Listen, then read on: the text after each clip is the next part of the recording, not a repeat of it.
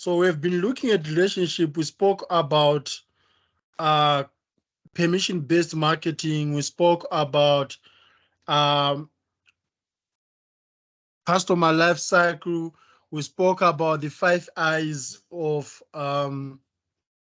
achieving customer extension. Today, we are going to talk about measuring the online voice. So I don't know if you can see my screen yet. Yes, I can. All right. So before we start, where would we get the voice of a customer in digital media? I think maybe by way of feedback, digital feedback. Okay, feedback. Feedback, And where exactly? like surveys, maybe on SurveyMonkey or like something on Google Forms. Okay, what else? Where Maybe else can we hear the voice of a customer? also on the various digital platforms like on Instagram via comments or DMs or Facebook via comments as well. Okay. Can we also hear the voice customer on hashtags? Oh, yes. Hashtags. What about on mentions? Mentions. Yeah. When a customer mentions a brand, like tagging. Oh, yes. Okay.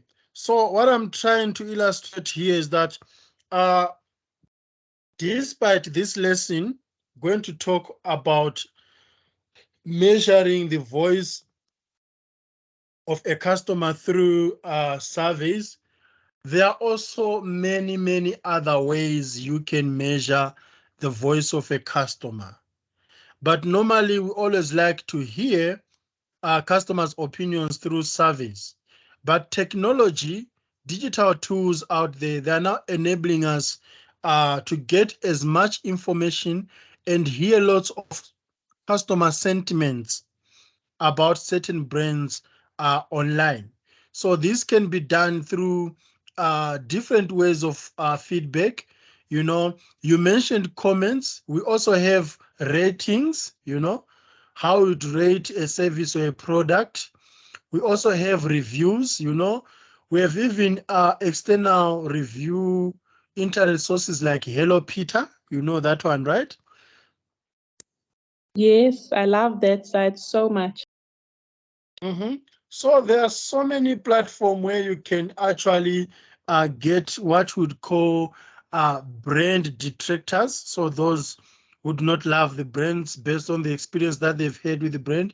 And we can also have what I would call brand advocates. So those who would sacrifice their time, spend all the effort saying something positive about a brand online. So since we are continuing with the series on relationship marketing, today we are going to look at permission-based. We are going to look at measuring the voice of a customer. Sorry about that. In the digital media, you know. So there are also other ways in which other avenues in which you can measure the voice of a customer, you know, in the offline world. You know, long ago, even nowadays, it's still happening, you know, at government or departmental institutions such as clinics or the police station, where you can find a suggestions box. Even Pick and Pay does have a suggestion box. Have you ever come across a suggestion box? Yes, I have. So it is one of the way of hearing the voice of a customer offline, you know.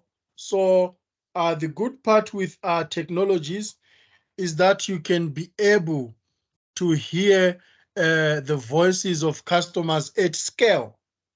Instead of having suggestion boxes at each and every Pick and Pay outlet, you can actually have digital surveys, or you can have something that is enhanced by artificial intelligence, you know, to get as many customers' opinions as possible. You know, instead of only targeting Johannesburg, you can target as much as the whole nation, people in Cape Town, people in Durban, people in Limpopo, and stuff like that. And these digital tools can also enable you to get accurate results. Can you see my screen? No, no, I can't actually. Yeah, for some reasons I can't see it on the phone either. But here on Core Campus, it's showing. Let me just check something. On Microsoft Teams, it's showing. I just don't understand. I saw it just now and then it disappeared. It disappeared because I use my phone and I use the laptop. So the reason why I use my phone, I just want to see how whatever that I'm sharing on my laptop is appearing. You know, sometimes you think something is appearing, not knowing that is something worse that is appearing.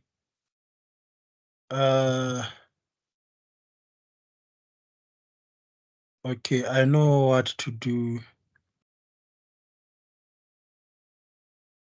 Files.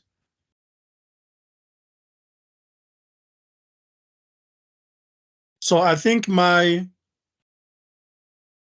teams on what do you call this? My teams on the laptop is frozen.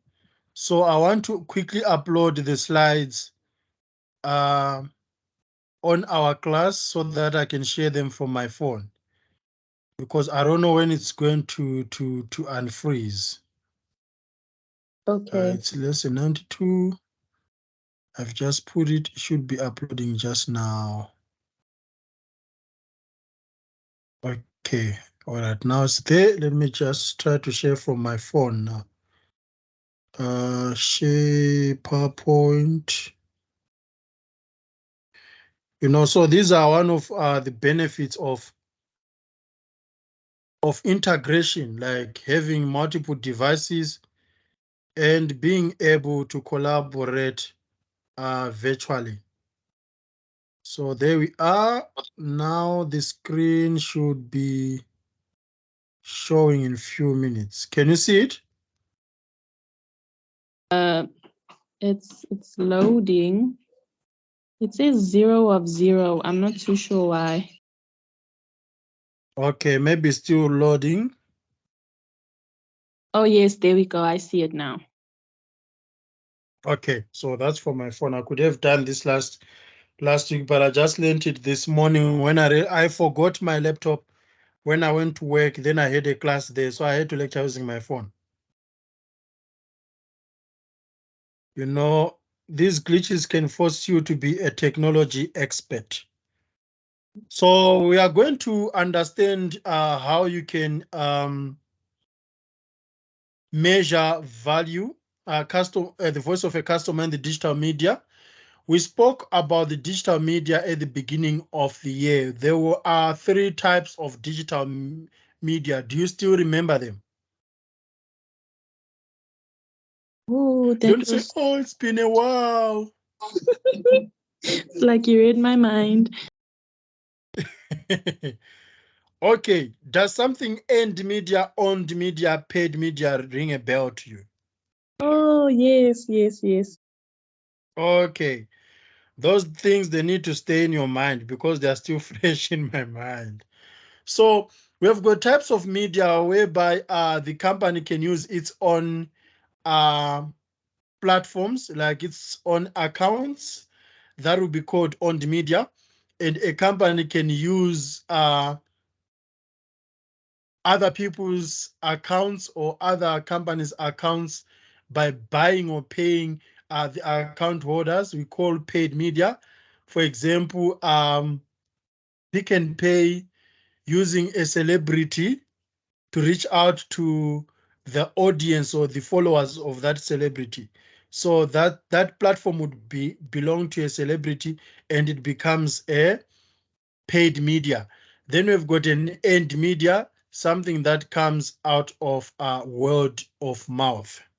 Okay, so all these types of medias, you can still um, hear the voice of your customer. What is it that the customers say about you, be it positive or negative? I know people always say that I don't care what others are saying about me. For me, it's always the opposite. I do care what others say about me. Or maybe it's because I am a marketing academic, I've come across many theories and stuff like that. But if I do not care what people say about me, how am I then going to improve? So if they are saying bad things, those bad things, they shouldn't offend me. They should motivate me to come up with a strategy of how I can become good. Of course, I cannot be good at all the times, but this is the same approach that brands have. You cannot say we are iPhone, we are Apple, we don't care what Samsung lovers say. You never know. What if tomorrow those Samsung lovers are going to defect from Samsung and come to you? So as a brand, you need to care, and you need to be able to measure the voice of your customers on any digital platform. So we are also going to differentiate customers by value and engagement. So it is very, very important for brands to know what is it customers say about them, because no, let me actually stop there. Because what, Rezia? What do you think brands should care about what customers are saying about them? So that they can improve. And Okay, so that they can improve. yeah, Okay. And and also so that they can know where they are going wrong. All right. So online voice of customer measures are useful for reviewing customer sentiments online. Another useful approach is the intent satisfaction survey, where the reasons for why a customer is visiting a site are compared against their success in completing tasks and their satisfaction ratings.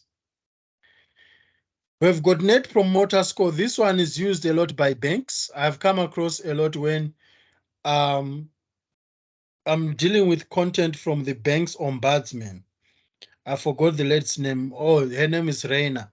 So whenever she publishes the scores from the bank, she normally uses the Net Promoter Score, which is a key voice of customer measure for advocacy. So the ultimate question is, why do you recommend us? In practice, consumers are asked, would you recommend brand or a certain company to a friend or a colleague? Answered on a scale 0, not at all likely, and 10, extremely likely. Have you come across that as a customer? yes, Have you recommended someone to a brand at some stage in your life?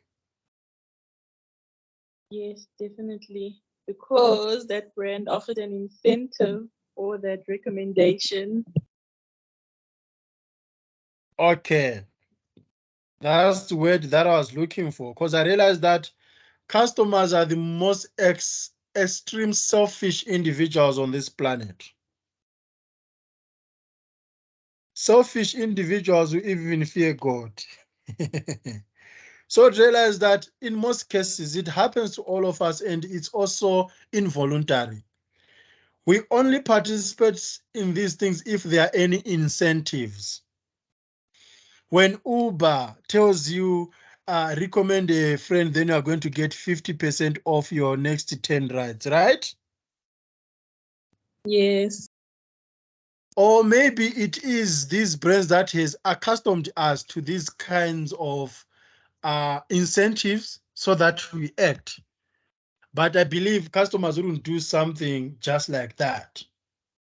And that was going to be my next question. I wanted to ask you whether you would freely and voluntarily recommend someone to a brand without any incentive, without any discount. If my experience has been good and, the product or the service was outstanding, then for sure, without a doubt. Okay, which is completely true. Then Yes. here's my very interesting question to you, because we are going to discuss this question a lot. Would you recommend anyone to come and study at Boston? Yes. Why? Because I feel like we're being taught by very passionate and industry experts, and that like really fuels a student to, it makes us hungry as well to want to achieve. And so from my experience at Boston, I would definitely recommend. And the whole process of registering and applying is so seamless and easy. Everything can be done online. Yeah. Okay, which is now very, very interesting to me, because it seems the online voice of customer can be completely different. In my early class, no one said he is or she is going to recommend anyone to study at Boston. And they also had their reasons. And we'll come to those reasons towards the end of these slides.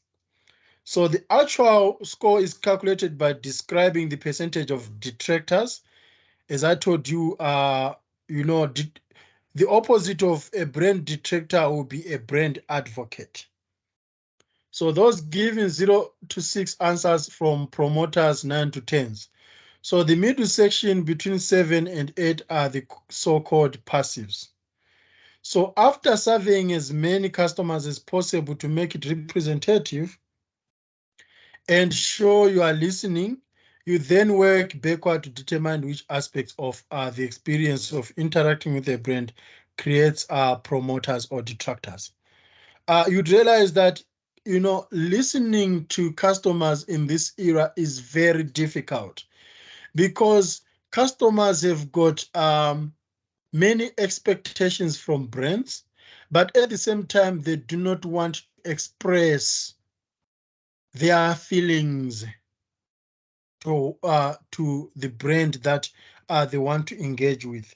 How many times, for example, have you been asked to complete a survey and you just ignore it, or you just delete it before reading it, or you need to be pushed, to complete that survey?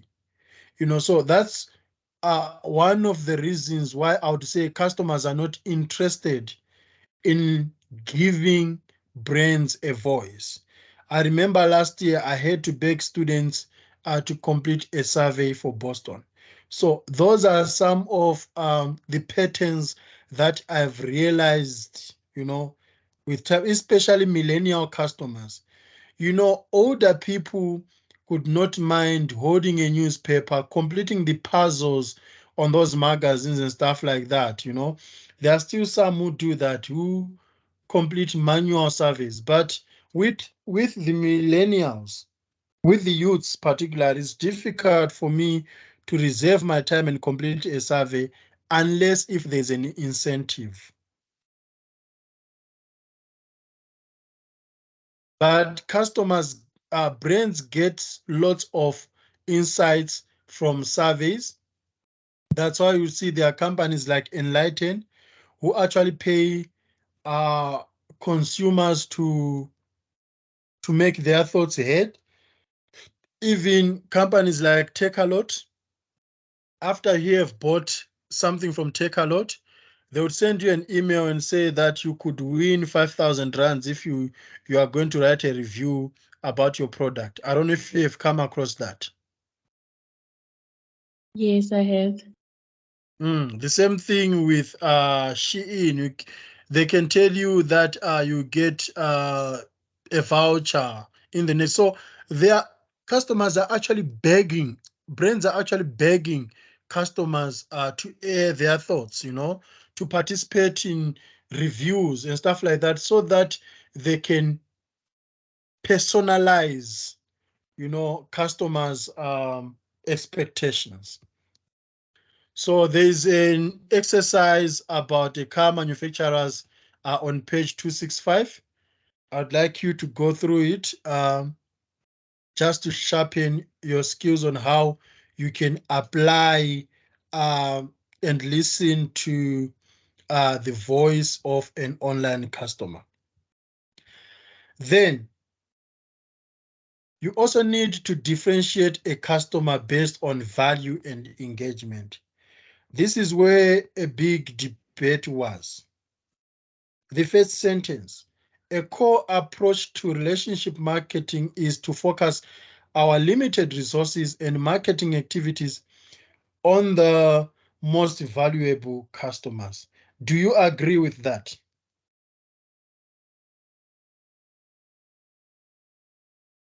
Do I agree? If you are representing a brand, would you use the little money that you have that you want to spend on marketing activities on the most valuable customers to you, or you just spend on everyone because you don't know who is going to buy it from you? I think it's smart to spend it on the most valuable customers, because then if you know they're valuable customers, then you can always upsell, cross-sell, and reactivate, and whatever the case may be. Okay, then one student asked me, how do you determine the most valuable customer? That's a good question. Because that's where the paradox, that's where we get stuck, We are told that you can use the limited resources in marketing, which is actually true, because you need to spend on someone who is actually bringing value to you, but who is the most valuable customer? So that's where I give student an example that you can have a loyal customer, someone who's loyal to you but doesn't buy frequently. They are loyal. Whether they are buying or not, they are loyal, but they're not bringing value to the company. The one who brings value is the one who is a frequent purchaser. The one who has got a direct impact on revenue. Okay. So we then discuss this, since students say that they cannot recommend anyone at Boston, and they said their reasons. Then I told them, when you are talking about a customer, do we perhaps need to differentiate a customer from a consumer? Do you know the difference between a customer and a consumer? Or you feel like it's the same? No, it doesn't sound the same. I think a customer is someone who buys, and the consumer is someone who uses up what the customer has bought. So it's not always necessarily the same person. So let's say my mom buys apples. I am the consumer of the apples. Yes, true. Then students use the example of a mother and a daughter like you are doing, but here we are talking about an infant. So let's look at baby products like Huggies or like diapers or formula milk, right? So with consumers, do you think brands need to listen to the voice of a consumer or a customer? The customer, because when you look at it, they are the ones with the buying power. There's no baby who's going to say, oh no, I don't want these Pampers, I actually want Huggies. It's the parent who's the customer who's going to make the choice. Okay, clever. Now let's put it this way. What if, even if a customer who is your mother loves the Huggy brand so much, and she has got the buying power, but those Huggies are reacting badly on the skin of the infant, who has got the decision there? The mother. Because Oh, you know that baby skin react right badly. yes. Like, oh, you are the mother, you've got the buying power. Now you buy a Nestle Nan formula for your child, and it's causing cramps in her, it's making her sick. Who must we consider as a brand, as Nan, as Nestle Nan? The mother or the child? The baby. Ooh, the baby, the child. You see how, so I'm just trying to show you that these things are not straightforward like this textbook says. So who is the most valuable customer? Is it the one who is actually has got a purchasing power, or the one who has got what I would call a consuming power? A mother can buy bread for all of us, but we don't touch it. Who is then valuable? So those are the things that you need to consider when differentiating customers based on value and engagement. Of course, buying power matters because at the end of the day, someone has got a wallet, someone has got a card, but you cannot also exclude the one that who is an end user of that product. So within the online customer base of an organization, there will be customers who have got different levels of activity or engagement with online services and purchasing. A key part of customer relationship management is to define measures that indicate activity levels and then develop tactics to increase activity levels through frequent use. So another key, in fact, the key retention metric for e-commerce sites like Takealot refers to repeat business. The moment someone says repeat, you just know that it's retention. So these are the main retention metrics that influence profitability: repeat customer base, number of transactions per repeat customer, and revenue per transaction of repeat customer. So as I said, you can have a loyal customer who loves the brand. I love Mercedes-Benz, but that does not mean I can buy Mercedes-Benz 3 times a year. So now I would look at someone who is a frequent purchaser. I don't know if I'm making any sense, Razia. You are making sense. Mm. There's something that you love the most and you haven't bought it yet this year. While there's someone who loves something and they buy it almost every month. So who is the most valuable customer there? Definitely the one who buys it every month. So that's how it can become tricky um, with measuring and differentiating the online customer. Are there any questions so far? No questions. Okay, so that's it for lesson 92.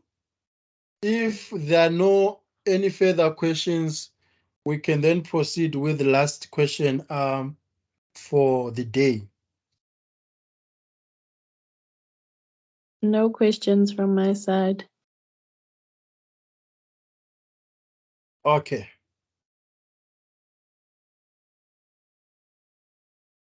I'm actually shocked that today we used almost all 4